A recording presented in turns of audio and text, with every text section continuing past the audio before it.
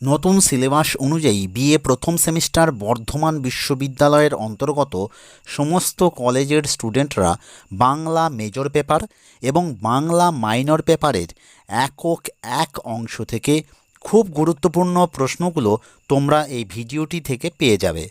সাজেশনের প্রশ্নগুলোতে যাবার আগে একটা গুরুত্বপূর্ণ কথা তোমাদের উদ্দেশ্যে বলে রাখি।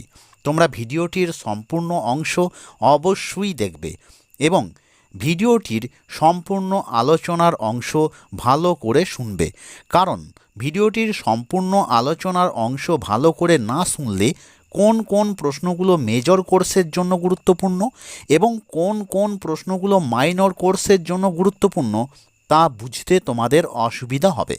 এছাড়াও একটি প্রধান প্রশ্ন পরীক্ষায় কীভাবে আসতে পারে এবং সাজেশন সংক্রান্ত বিভিন্ন গুরুত্বপূর্ণ তথ্য জানার জন্য ভিডিওটির সম্পূর্ণ অংশ অবশ্যই মনোযোগ সহকারে শুনবে। বিগত বছরের বর্ধমান বিশ্ববিদ্যালয়ের প্রশ্নপত্র থেকে দেখা যাচ্ছে যে বাংলা মেজর পেপারের এবং বাংলা মাইনর পেপারের একক এক অংশ থেকে 5 নম্বর, 10 নম্বর এবং 2 নম্বরের অনেকগুলি প্রশ্ন থাকছে। তাই একক এক অংশটি তোমাদের কাছে অত্যন্ত গুরুত্বপূর্ণ। একক এক অংশ থেকে যে অনেক সংখ্যক প্রশ্ন পরীক্ষায় থাকছে তা জানার জন্য তোমরা বিগত বছরের বিশ্ববিদ্যালয়ের প্রশ্নপত্র দেখে নিও। তোমরা বিগত বছরের প্রশ্নপত্র দেখে নিলে সহজেই বুঝতে পারবে যে আমি তোমাদের কি বলতে চাইছি। কাজেই বাংলা মেজর পেপার এবং বাংলা মাইনর পেপারের সিলেবাস প্রায় এক, তাই এই অংশ থেকে ভিডিওর প্রথমে 10 নম্বরের জন্য খুব গুরুত্বপূর্ণ প্রশ্নগুলো দিয়ে দেব, তারপর 2 নম্বরের জন্য অত্যন্ত গুরুত্বপূর্ণ প্রশ্নগুলো বলে দেব এবং ভিডিওর শেষের দিকে 5 নম্বরের জন্য খুব গুরুত্বপূর্ণ 5টি প্রশ্ন আমি দিয়ে দেব। বাংলা মেজর কোর্স এবং মাইনর কোর্সের জন্য একক এক অংশ থেকে 10 নম্বরের জন্য মাত্র 4টি প্রশ্ন আমি সাজেশন হিসাবে তোমাদের জন্য বলে দিচ্ছি। প্রশ্নগুলো শুনে নাও এবং দেখে নাও। 10 নম্বরের জন্য গুরুত্বপূর্ণ প্রথম বা 1 নম্বর প্রশ্নটি হলো, ব্যক্তিগত প্রবন্ধ কাকে বলে? এই ধরনের প্রবন্ধের বৈশিষ্ট্য লেখো। 10 নম্বরের জন্য গুরুত্বপূর্ণ দ্বিতীয় প্রশ্নটি হলো, আখ্যান কাব্য কাকে বলে? এই ধরনের কাব্যের বৈশিষ্ট্য লেখো। 10 নম্বরের জন্য গুরুত্বপূর্ণ তৃতীয় প্রশ্নটি হলো, আত্মজীবনীমূলক উপন্যাস কাকে বলে? একটি বাংলা আত্মজীবনীমূলক উপন্যাসের আলোচনা করো। 10 নম্বরের জন্য গুরুত্বপূর্ণ চতুর্থ প্রশ্ন হিসাবে আমি 2টি প্রশ্ন দিয়ে রাখছি।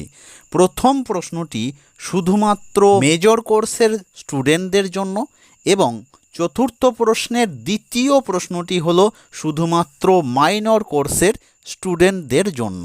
চতুর্থ প্রশ্নটি দেখে নাও।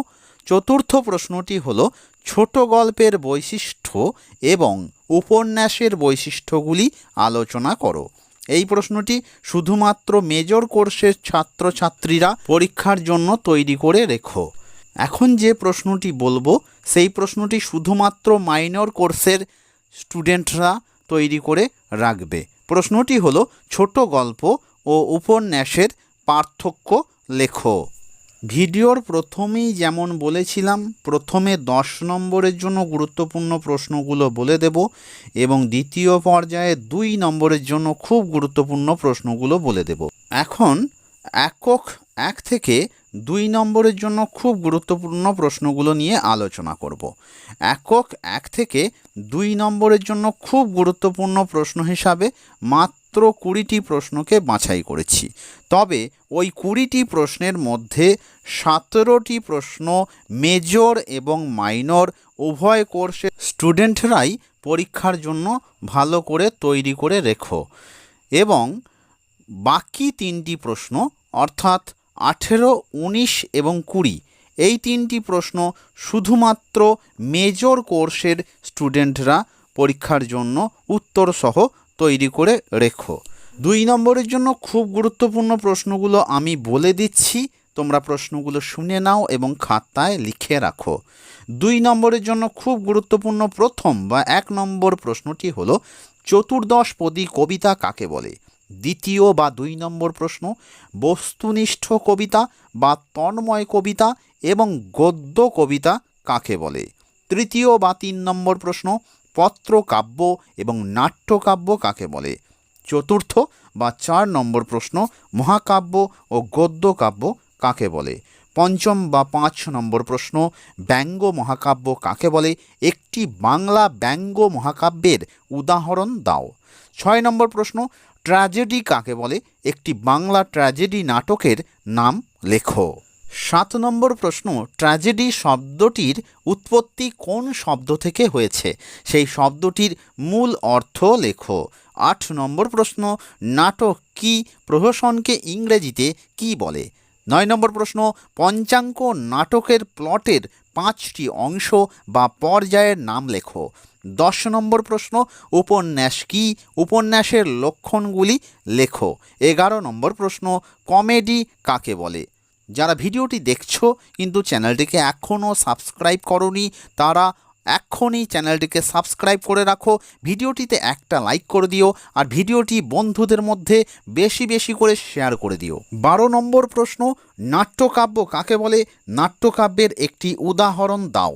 13 নম্বর প্রশ্ন প্রবন্ধ কাকে বলে, প্রবন্ধের 2টি বৈশিষ্ট্য লেখো। 14 নম্বর প্রশ্ন বাংলা ভাষায় রচিত 2টি সাহিত্যিক মহাকাব্যের নাম লেখো। 15 নম্বর প্রশ্ন শান্তিনিকেতন পর্বে রবীন্দ্রনাথ ঠাকুরের লেখা 2টি নাটকের নাম লেখো। 16 নম্বর প্রশ্ন বাংলায় লেখা বঙ্কিমচন্দ্র চট্টোপাধ্যায়ের 2টি ঐতিহাসিক বা ইতিহাস আশ্রিত উপন্যাসের নাম লেখো। 17 নম্বর প্রশ্ন উপন্যাসের আখ্যান নির্মাণে ঔপন্যাসিক সাধারণত কয় ধরনের রীতি বা কৌশল বেছে নেন এবং কি কি। এরপর 18 থেকে 20 পর্যন্ত যে 3টি প্রশ্ন বলে দেব, এই প্রশ্নগুলো শুধুমাত্র মেজর কোর্সের স্টুডেন্টরাই পড়বে। 18 নম্বর প্রশ্নটি হলো প্রবন্ধের শ্রেণী বিভাগ করো এবং প্রবন্ধ কয় প্রকার ও কি কি। 19 নম্বর প্রশ্ন মহাকাব্যের নায়ক হওয়ার 2টি প্রধান শর্ত লেখো। 20 নম্বর প্রশ্ন গীতি কবিতা ও নৃত্যনাট্যের সংজ্ঞা দাও। গীতি কবিতা ও নৃত্যনাট্যের উদাহরণ দাও। এরপর বাংলা মেজর ও বাংলা মাইনর কোর্সের একক 1 অংশ থেকে 5 নম্বরের জন্য খুব গুরুত্বপূর্ণ 5টি প্রশ্ন নিয়ে আলোচনা করব। 5 নম্বরের জন্য গুরুত্বপূর্ণ প্রথম প্রশ্নটি তোমরা দেখে নাও। চ্যানেলে যারা নতুন তারা বিএ প্রথম সেমিস্টার ও অন্যান্য সেমিস্টারের বাংলা সহ অন্যান্য বিষয়ের মেজর কোর্সের ও মাইনর কোর্সের সাজেশন পাওয়ার জন্য চ্যানেলটিকে এখনই সাবস্ক্রাইব করে রাখো। ভিডিওটি তোমাদের জন্যই তৈরি করেছি, কাজেই ভিডিওটিতে প্রত্যেকে একটা করে লাইক করে দিও।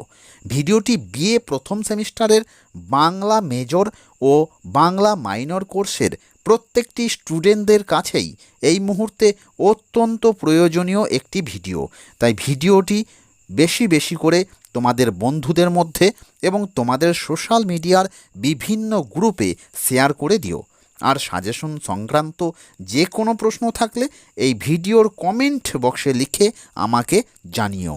এছাড়াও বাংলা মেজর কোর্স এবং বাংলা মাইনর কোর্সের সিলেবাস অনুযায়ী পরবর্তী এককগুলো থেকে এই মুহূর্তে সাজেশনের প্রয়োজন হলে এই ভিডিওর নিচে দেওয়া কমেন্ট বক্সে লিখে আমাকে জানিও।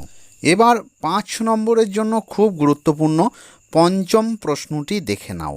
এই পঞ্চম প্রশ্নটি শুধুমাত্র মেজর কোর্সের স্টুডেন্টদের জন্যই তৈরি করা হয়েছে। রূপক ও সাংকেতিক নাটকের সংজ্ঞা দাও এবং রূপক ও সাংকেতিক নাটকের মধ্যে পার্থক্য লেখো।